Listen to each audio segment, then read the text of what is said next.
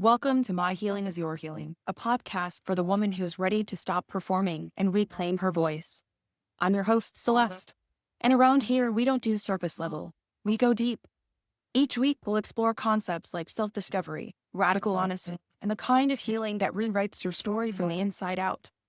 This is a space for truth-telling, for remembering who you are, and for coming home to yourself, louder, braver, and more radiant than ever. So come as you are, and let's do this together. Let's begin. Welcome back to My Healing is Your Healing, and I am your host, Celeste, and today we are talking about rewiring self-worth and healing the voice in your head that never stops talking. You know the one, it's your inner critic, the one that's the running narrator that loves to tally every miss, every almost, and every moment you didn't meet an invisible standard that you never agreed to. But here's the truth that most of us were never taught. That voice isn't the truth. It's just programming. And your brain, it's listening to everything that you say.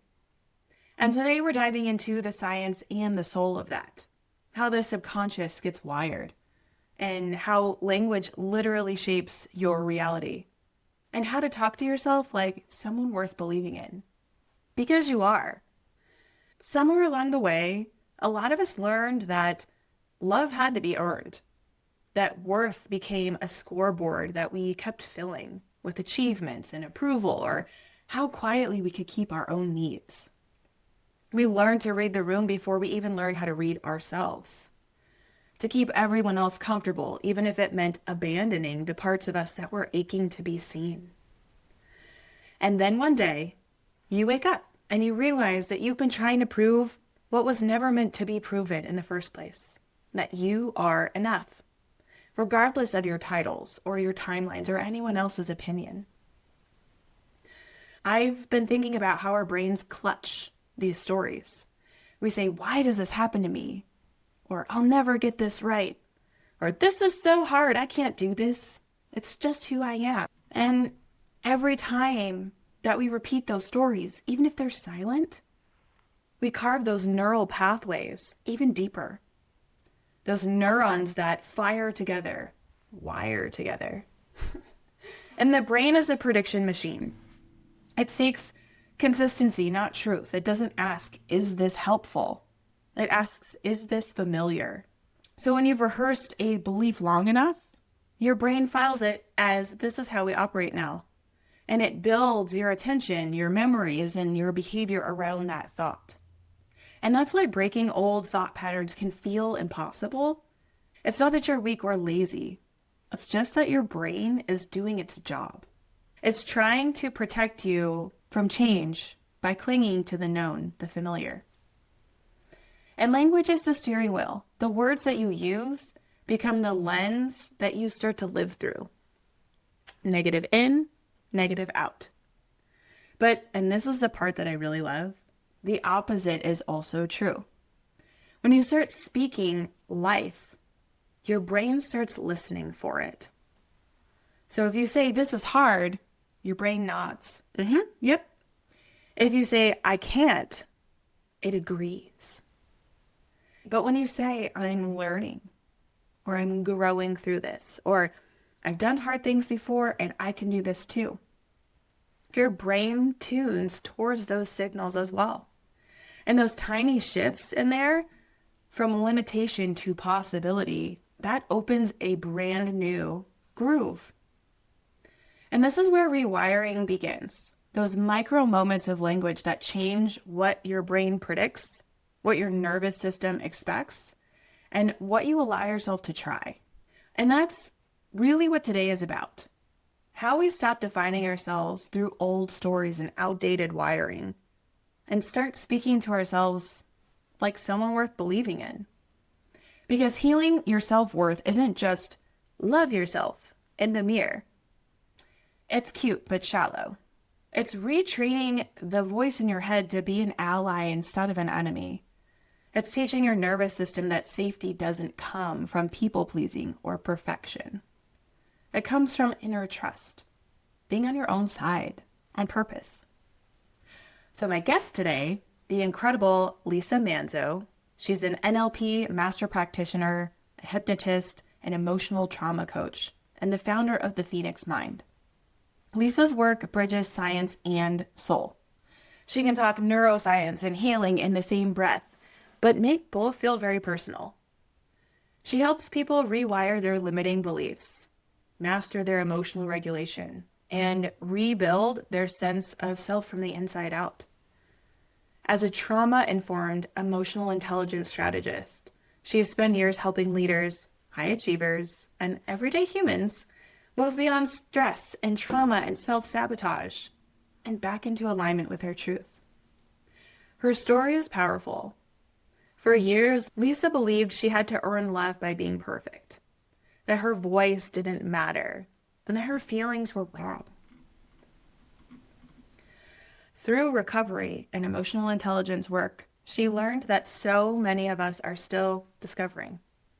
Healing begins with self-acceptance. Self-worth isn't something that you find. It's something that you remember. So if you ever battled that inner voice, the one that's whispering that you're not doing enough, or that you're not being enough, or you're just not enough, this conversation is for you. We're actually going to unpack how our brain learns, how it listens, and how to talk to yourself in a way that actually helps you heal. So take a breath. This one is a doozy. Let's dig in. Hello, Lisa. Thanks for coming on the show today. Thanks for having me. I love to talk. This is great for me. That's funny. All right. Well, I'm going to jump right in here because the last time we talked, our conversation at the end was about me saying that things were hard, and you correcting me twice. And instead of me getting frustrated, I giggled and I was like, "Oh, nope, that's correct." And so ever since our conversation, I've really been catching myself, like trying to reframe how I've been saying things, and honestly, it's been amazing. So, I want to kind of explore with you what led you to explore the subconscious mind and to study NLP, and was there a moment that you realized that our inner dialogue was quietly directing the show? Oh, absolutely. So I was very unhappy with my life at one time, and I decided that it was going to get better. I didn't know how. I just decided it was going to go better. So I knew it was in my brain. So I started with some personal development seminars, and I went to one, and the person on stage talked a lot about language, and that was so interesting. And get really deep into it, but just some subtle things like not using the word but, because when you use it, you negate everything that came before you. And I'll give you an example. Celeste, I love you, but you didn't do the dishes. Okay. So now, I just took it's like a backhanded compliment. Well, so instead you would say, hey, Celeste, I love you. Hey, how can we figure out a way to get these dishes done next time? Oh, let's make some kind of an agreement. Has a whole different value. I'm not taking the way away the part that I love you by giving you a criticism after, and finding out a way to work together. So that's just one of the examples of when I learned language was so important. So we started there. And he gave a few other tips about 3 or 4 other words, like the one I gave you when you were saying something was hard, and I said, "Well, it's not easy, I understand, because when you say that it's hard, you just told your unconscious mind that it's hard, and your unconscious mind is really in charge. I don't care what anybody says, it's in charge, it runs the show. So if you wanna get past that, you wanna tell your brain, 'Oh, I know it's not easy,' because our unconscious mind doesn't process the word 'not' while our conscious mind does." Does that answer your question? It does. And then so that's part of NLP. So then I said, okay, I gotta learn NLP and what that is. So I took the course, and then one course led to another, and now I took the course that allows me to teach it to others. So I'm very grateful for that. And that's why when I said that to you, I said it with kindness and I asked permission first. It's very, very important to ask for permission before you give somebody something, because without asking permission, they will most likely not receive it, and we should never should on people. I love that. I love that. And you made me really curious about it. So I actually went out and bought a couple books that I haven't read yet, but I'm really looking forward to them. Oh, yeah, books are great, and they were very helpful. So many books were life-changing for me, specifically because I'm very open to other people's energy, and I needed to learn how to protect it. So I found the Empath Survival Guide was huge for that because now I no longer have to absorb your feelings because I was really good at that as a child. I made myself responsible for everybody's feelings and everybody's well-being, and I was gonna fix everybody. Then I had to learn how to turn it off. Oh my gosh. That would be very challenging for me. I'm not supposed to say that, am I? That Well, so how could you say it? How could you say it? wouldn't would not be easy for me. And you say, maybe I can't do it yet. I like that one too, because I'm still learning. We're all still learning. Oh, and let's talk about Okay. that. We're all still learning, right? So right before Celeste and I got on this phone call, I used to have people save me, right? And I still suffer from this occasionally. And right before the podcast, I couldn't find the link. And I'm calling Celeste and saying, "Where's the link? Where's the link?" And then 2 minutes later, it pops up and I messaged her. I said, "Listen, I got the link. Don't bother." And then I realized, oh God, that's a little bit of the old me came back out today. Save me. So from a neuroscience and NLP perspective, how does the brain actually get programmed then by language and experiences? It's through repetition, right? We say the same things to ourselves over and over again, and then your brain starts to believe it. Like when you say, "Oh, okay, we're not stupid," right? So when we say I'm stupid, well, I did something that was not very smart, yet I'm not stupid. I just had a behavior that did not help me at this time. I'm still not stupid. I'm a smart person that made a behavior mistake. But if you don't know that and you just keep saying like, "Oh man, I'm so dumb," or whatever the thought is, right? Like that just gets ingrained, and then at one point your brain just believes it. Oh, absolutely. It believes it until you tell it something different. Yeah, I like that. So, why does it hold so tightly to these familiar stories then, even when we know that they're hurting us? So it's whatever story you told yourself at the time that you adopted it. Your your mind adopted it at that point for that reason, for survival. So in order to do something different, you have to you have to help your unconscious mind know that you're safe. Okay? And I'll give you a for instance. I've been putting off I'm making a course on how to tell in our body when something's good for us or when something's not good for us. Okay. And I've been putting it off. And so finally today I said, okay, I can do this. Nothing's going to happen to me if I make this course. I'm actually going to help some people. So whatever was coming up for me, I needed to address it. We're breaking old patterns. You have to look at the pattern. Look at the pattern and say, okay, well, what can I do instead? I like that. But it's recognizing that you're in that pattern first, because otherwise you just cycle through it because you're stuck in survival mode, right? Absolutely. Survival mode is crazy. And then I had somebody recently, I was talking about energy with them, right? And they were on my podcast. So it was very interesting the way she explained it. She says, I told her I was never calmer than I am now, right? And then she says, and she says to me, well, say if you're in survival mode, you're up here, right? And now you're calmer than you've ever been. Doesn't mean you're at your baseline. Have you just gotten used to it? Exactly. Right. So I used to be up here. So now I'm down here and I'm like, oh, I haven't hit my baseline yet. I still have more work to do. And the point of when I said to you earlier, I needed you to save me because I couldn't find the link. That's because I'm not at my baseline. Oh, that's so interesting because we get more and more and more comfortable in our comfort zone, right? Yeah. And and if you don't recognize that you're there and you don't question the things that are happening inside of your head or what you're being told in your head, you're never going to move on from it. Right. And I don't really like to call it the comfort zone because in my mind, it's not quite accurate. And I understand why people say it So for me, it's the familiar zone, and that's actually the name of my course, the familiar zone. So whether it's good or bad, it's still familiar, right? Mhm. So you're comfortable because it's familiar and your body knows how to interact in that situation, right?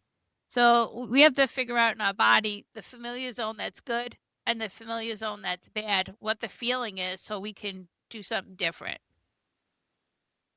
I really like that phrase. Can I steal it?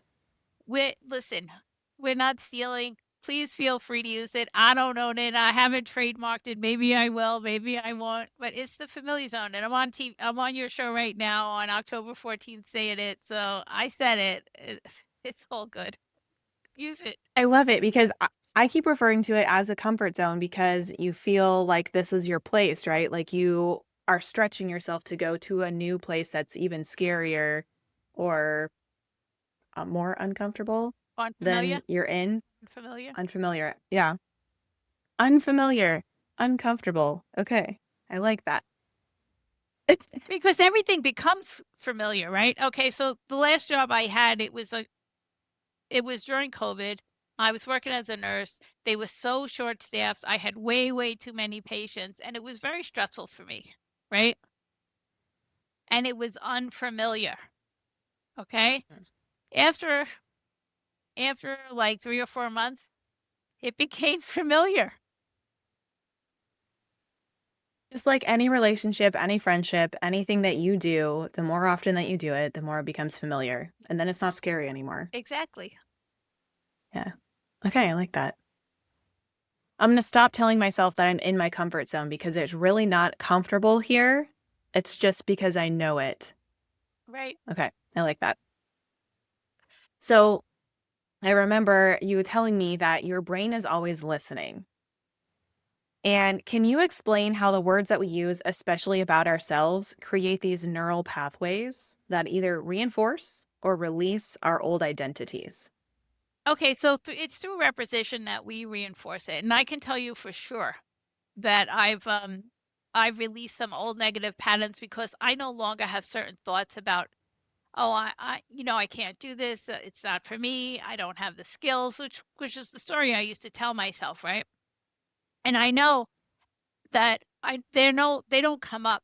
Once in a while, if I do something really, really unfamiliar, something will come up, and that's okay. I'm aware, I know, and I'll just rephrase it, and I work on it. So I read this book. I believe it's called Mind to Matter by Dawson Church, and he explains in the book that there's almost only so much space in your brain and so many pathways. Okay, and he says that those unused pathways get dismantled and new ones get created.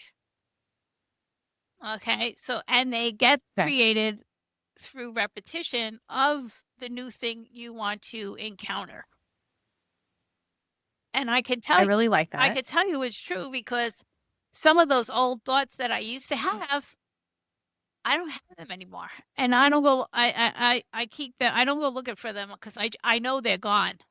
And it's great because I'm at peace. I was so unhappy and now I'm happy. You've rewritten or overwritten on top of them. Yes. That's so interesting. I wonder how often that happens or if it's like just you're not even conscious of it happening, right? Like, I work on it every day. I live, eat, and breathe NLP language, programming my own mind. And I have my friends and I tell them if I say something that's not serving me, please call me out on it because I need to fix it. And sometimes I don't even hear what's coming out of my mouth. Mhm. So what does that look like for you just on a daily basis, whether you're catching yourself or someone else is catching you? Somebody catching me is great. And I'm like, I just view it as an opportunity to grow. Okay, because that's all Okay. they are. Anytime something triggering for you comes up, you can run away from it, you can let it affect you and trigger you, or you can look at it from another perspective, and I'm like, "Okay, what's the opportunity here for me to grow?" And I had a hard conversation with, one of my children the other day, and I was having a difficult time having this conversation. It's a conversation we needed to have, and and I'm feeling it in my body and I'm like really anxious and I don't want to keep going. And I'm like, you have to keep going because this is the way we heal it, by going through the muck. And I finished the conversation. And I was super proud of myself for doing that. And I remained in the conversation because for me, fight, flight, or freeze, I'm the freeze person when we're in a confrontation. I'm the freeze person and my brain totally shuts off and I stop hearing you. Like I'll totally have no idea what you said. So I work on staying present. And for that interaction, I was able to stay present because I'm working on it. That's amazing. I feel like I'm very similar to you. Like when I don't like what's happening, it's very hard for me to stay present um and continue on. So, yeah, that's something that I'm also working on. Is just sitting there and like just being in the moment. Yeah. Yeah, being in the moment, it's not the easiest thing to do. It isn't. And yet that's the way we grow. And every single time I hear one of these like reprogrammings that you're saying out loud, it makes me giggle just because I'm like, yes, okay, we're using it. I'm recognizing it. And yeah, And the more you do it, the more you'll recognize it. And it's just it becomes a game. I make it a game like, okay, so I'm still nursing right now. And sometimes the CNAs that I'm really close to on the nursing floor will say something. I'm like, that we don't talk about ourselves that way when you're working with me, right? Because can you say that in a better way? Because you're really great at your job. You really care about the patients. Please stop being unkind to yourself. so how does this tie back to the inner critic then? I mean, it is part of it. Oh, absolutely. It's the inner critic. And I believe it's being kind to yourself and forgiving yourself. And look, I had these cards made and it says, let me see if I can get it in front of you. Give yourself permission to be human and then forgive yourself.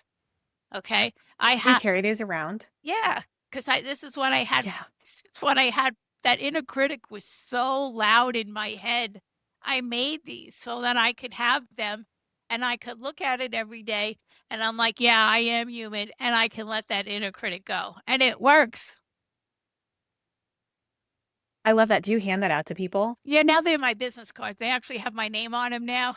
They actually have my name and phone number and my email address on them now. So now these are from when I first started my journey, when I just needed them for myself. So now I made them into my own business card. So absolutely, these are my business cards. I hand them out.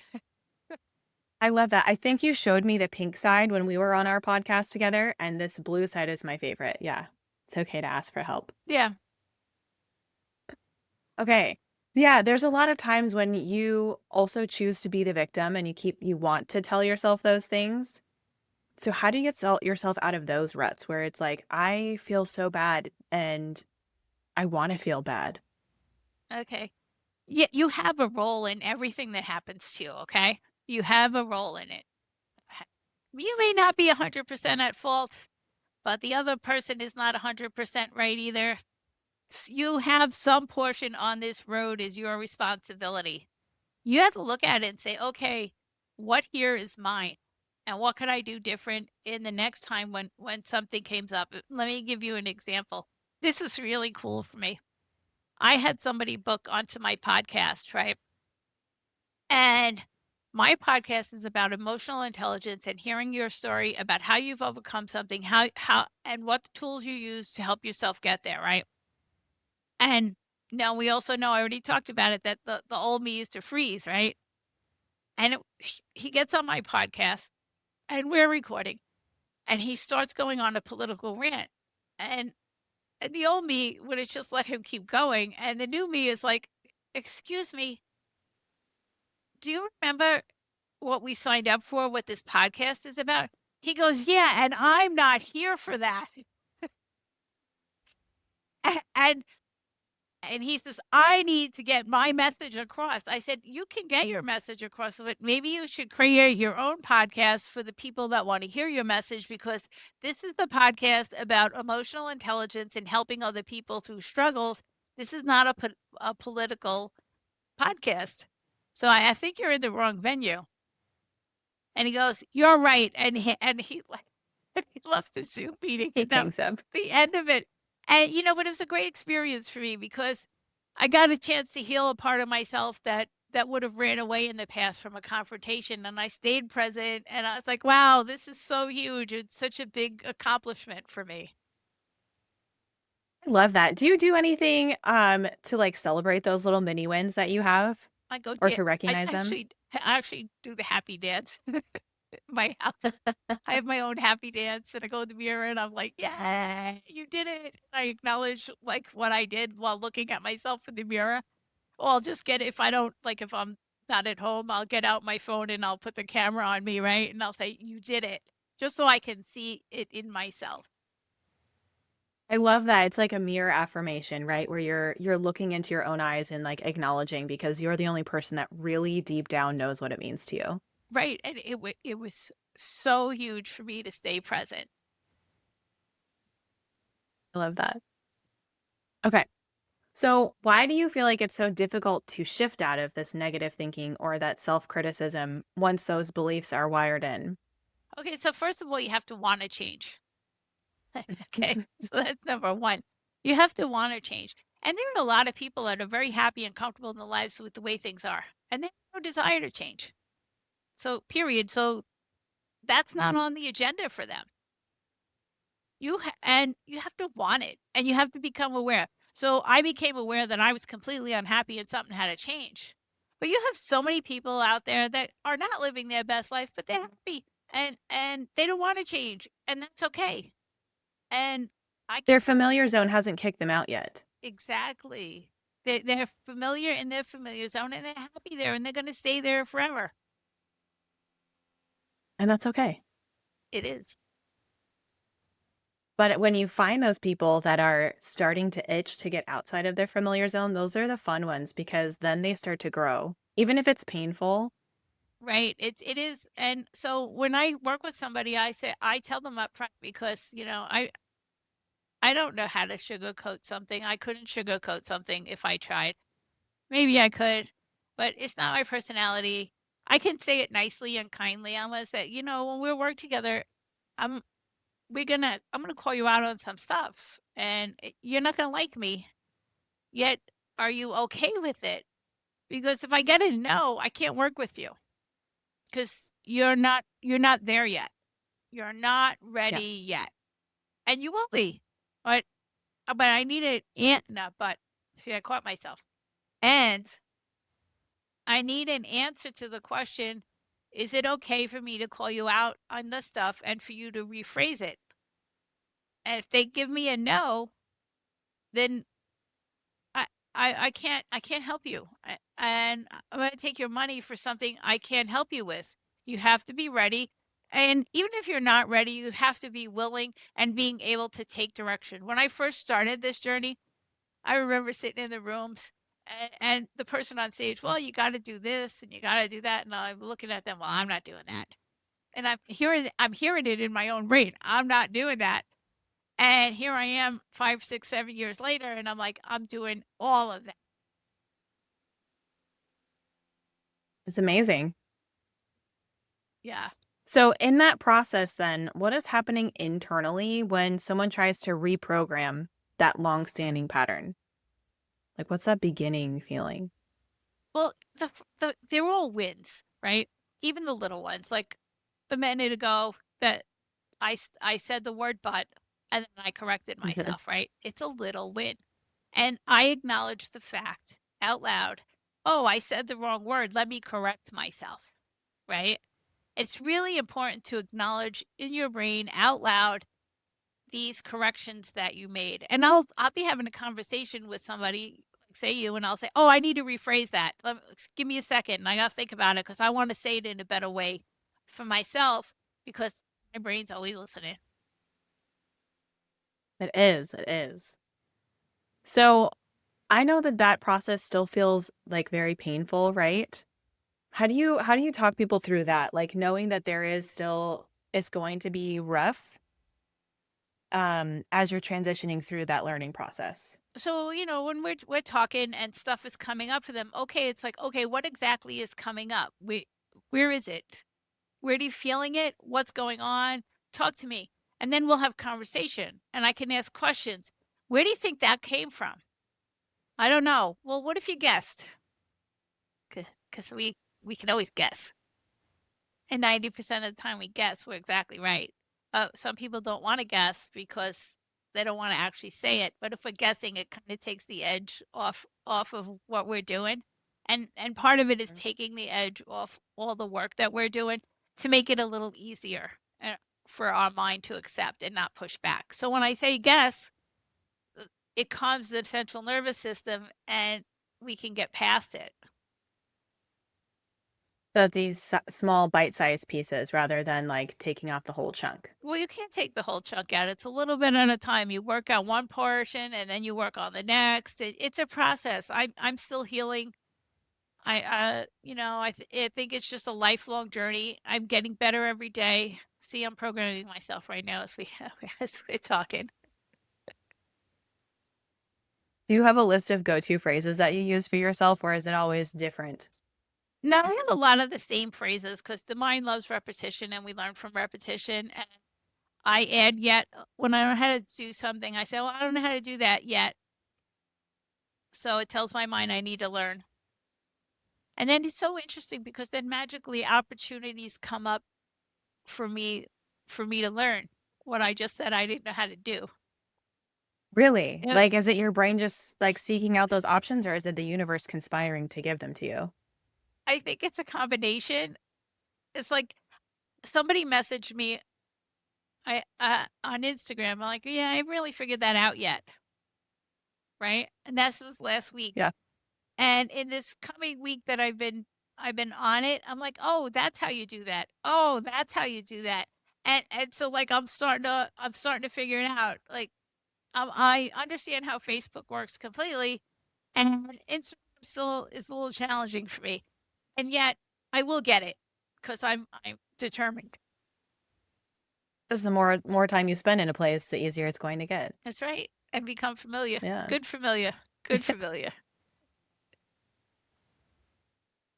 So how does the body fit into this process? When we talk about embodying our self-worth or feeling like we're enough, what's happening in our nervous system that supports that lasting change? So in the book, The Body Keeps the Score, okay? It talks about that your body stores all the negative emotions and things that happen to you somewhere in your body. Mhm. And Louise Hay will tell you exactly where the different things are stored if you want to look it up. But one of the things you could do is, so when I meet, I'm on and off dating. When I meet a new man, my first thing is this familiar? Okay, because my body knows. Like in the past, right? My body was, oh, I like this person and attached to their energy because it's familiar energy. Okay. I have it, and I say my picker is I'm fixing it, right? But yet, so I want to fix it, and so I know that when I come into this person, and if I meet somebody and I'm on a date and they're familiar, I'm like, okay, who are they like? Is it like this person? Is it like that person? And I'm quite honest with you, if they're familiar, I'm not dating you because Even if it's familiar good or familiar bad, or sorry, familiar good. well, so here's the thing, my picker's broke, right? So I only know familiar bad right now. Okay, so for me, when I date somebody, it's going to be somebody who's unfamiliar because it's the chance and an opportunity to grow and meet somebody different who behaves differently. Because the familiar person will do things that the old people that I dated did, and I want something different. So I'm going to date an unfamiliar person. I like that. Okay. So there is a concept, at least for me, that when I go out on a date, I want it to feel like home, like somewhere that's familiar, but not in that way. Where it just, and by the home, I mean like it just feels like it clicks, like it's I don't know how to say it differently. No, you said it very well. You said it fine. So let me ask you a question. in the past, when you've had that and you pick somebody you have that with and it clicks and you're familiar, how does it usually end? Not well. Okay. I usually grasp on and then it ends years later when I should have been doing something else. So you already know that feeling. When you get that feeling with that next person, pass. Keep going Okay. because it's not serving So you. home is not the feeling that I want to be feeling because that's my familiar spot. Right. And well, ask yourself, what is it about that feeling? So what is it in the past that these guys did, right? That that you associate with home, right? Have you seen this behavior before by different people and that's why it's home? Because if you've seen this behavior, it doesn't mean it's right. It's just that you're familiar with it. And if you've seen the behavior before and it didn't serve you, it's not going to serve you next time either, right? The definition of insanity, doing the same thing over and over again and expecting a different result. Yeah, and that's the crazy thing is that I would never have thought to run from that. Like my familiar zone inside of myself, I now run from because I want different things for my life. But I never thought about looking differently for friendships or relationships. So, Yeah, jobs. It goes across and it jobs. goes across the board. It goes across the board. And, you know, recently I tried another job this year and I was like, "Oh God, that was a big mistake. That was worse than the one that was terrible. That was one of the worst nursing jobs I'd ever had." So I stayed there for 6 months and left, and I was like, I was so grateful that day that I recognized it. And I'm like, okay, we're going to get out of this real quick instead of staying way longer than we need to. Love that feeling when you know, though, you're like, I can't, this is nope, this is not for me. I'm going to walk away. And then you do. And it is like, you learn faster, you learn quicker. It's, Wait, yeah. so you just told me you sometimes right? Right? So Yes. what is that feeling for? You have to take a look back. What exact next time it happens, okay, what's happening right now? What's happening in my head? What's happening in my body? Because I know this is exactly not right for me. Is my stomach upset? Is my body tensing? What exactly is going on physically so that I can identify this? Because sometimes we don't get all the signs. Like when we know outright it's a no, we get every sign that there is, Yeah. right? And sometimes when Yeah. it's a maybe, you'll only get a couple. So now if you write down what the signs are for when it's an absolute no, then you'll be more cautious. Oh, wait, this is one of my no signs. Yes. Okay. Because then the maybes are no's in disguise. They can be. A lot of the time, or at least that's what I'm finding right now, is like you get an inkling and you're like, okay, that's not a red flag yet, but it could be. And your body remembers. And then when you come across something else and your body's like, oh, remember that other thing. And then you're like, ding, ding, ding. This is now no longer a viable thing. We need to walk away. Right. And if you do the work or when you do the work, right? When you do the work, you'll know. Like like the whole course that I'm creating is like, okay, when I found I'm not calling a boyfriend, like when I've connected with somebody, right? What did I feel in my body that was good? And we're still friends now and they respect me and they treat me with respect. What was good about that? And I do the same thing for when I meet somebody, and this came up for me this week too. Like uh somebody told me that somebody was saying bad things about me, right? Mm. And that's always hurtful. And this is somebody I did a huge favor for. And I looked at it and it was hurtful. And I said, okay, I know what this is. This is me sharing too many good things that are happening in my life. And this is not the place for me to share these things. Like I can share it online and the internet with strangers and they're happy for me. But the people that are closest to you sometimes aren't. And so I got that message because it's an old message and I said, okay, I just need to stop sharing here. because this is not my tribe. But your body told you. You finally listened to it and you found it out. Yeah, there was something always there. Like, I couldn't understand why I wanted to be friends with her.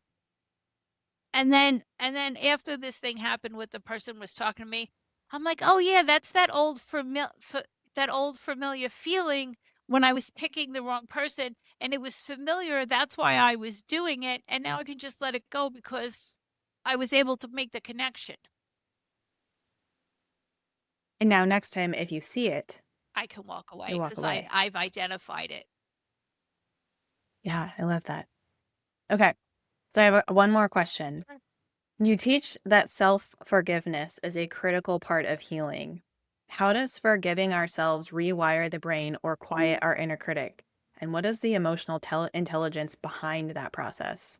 Okay, so until we forgive ourselves, and are kind to ourselves, however we treat ourselves is how we're giving the other people permission to treat us.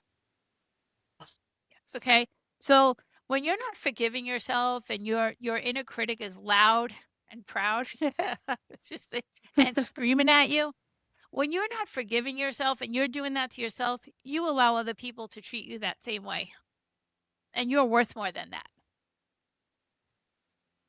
And what was the second part of your question? Because I didn't answer that part. What's the emotional intelligence behind that process? So it's awareness. You have to. You should. No, we're not going to do that either. You can. It would be nice if you decide, I'm going to look at the patterns. Okay. This is really hitting home for me today, because I'm realizing that I am allowing people to treat me the way that I'm treating myself, which is not as kindly as I would like to. Yeah. Awareness. Now we can change it. Awareness. Yeah, we can change it. Well, this has been such a meaningful conversation. I absolutely love talking to you. For our listeners who are looking for a place to even just start this journey, is there anything that you would tell them right now, or is there a way that they can reach out and work with you? Sure. So just begin. Pay attention to the language you're using with yourself. And on my website, thephoenixmind.com, I have a free emotional intelligence certification class that'll get you started. And when you want more, reach out to me and we can have a call, and I'd be happy to help you one-on-one. Love that. Okay, so I'll put all of that in the show notes. And then when you create your course, let me know. I'll also help promote that because I'm going to be one of the people that buy that. Awesome. I'll put you. Okay. You're the second person who loves my course already, and I haven't even done it. I'm gonna write you on my list right now. The familiar zone. I'm totally ready. Yep. And you're totally ready. Absolutely. All right. Well, thank you so much. It was a pleasure having you on today. Thanks for having me. All right. This part always hits home for me because forgiveness, and especially self-forgiveness, is one of the most rewarding things that we can ever give ourselves. We are quick to forgive others for not knowing better, for hurting us from their own wounds, and for doing the best that they could with what they had. But how often do we extend that same grace inward? We talk about compassion like it's something that we give away. But the real medicine is learning how to give it back to yourself, to the versions of you that didn't know better yet, that tried too hard, that performed, that stayed quiet when she wanted to speak. We spend so much time chasing worthiness, when what we really need is reconciliation. To finally make peace with the parts of ourselves that have been waiting to be loved, even when we didn't get it right. And that's what this work is. It's not about fixing who you are. It's about remembering who you've always been.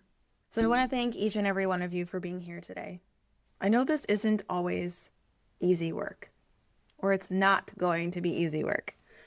Getting yourself in the moment, rewriting patterns, reteaching your brain what safety feels like. Healing self-worth isn't about adding more to who you are. It's about removing what never belonged. The expectations or the guilt or the old stories that said you had to earn your love. And as Lisa reminds us, whether you think you can or you can't, you are right. That's a quote from Henry Ford, but it's also neuroscience, because your brain believes what you tell it. So start telling it what you actually want to believe. Start speaking like someone who already does, because that's where the rewiring begins. So if this episode resonated with you, please share it with a woman who needs to be reminded that she is already enough, or that she's already enough, or just starting to believe that she can be. You can find me on Instagram at myhealingyourhealing, or you can join our in-person women's circles and have conversations like this at myhealingisyourhealing.com. Until next time, keep showing up, keep growing, and remember, you were never meant to dim your light. Thanks for tuning in and being here, for healing out loud, and for walking this path beside me. If this episode cracked something open or helped you remember a part of yourself, pass it on and share it with someone you love. For more support, free resources, or the next steps to your journey, head over to my website, myhealingisyourhealing.com. And if you loved today's conversation, subscribe, rate, and leave a review. Your words help this space grow and help more women find their way home to themselves. If I was your muse today, then my healing is your healing. Until next time.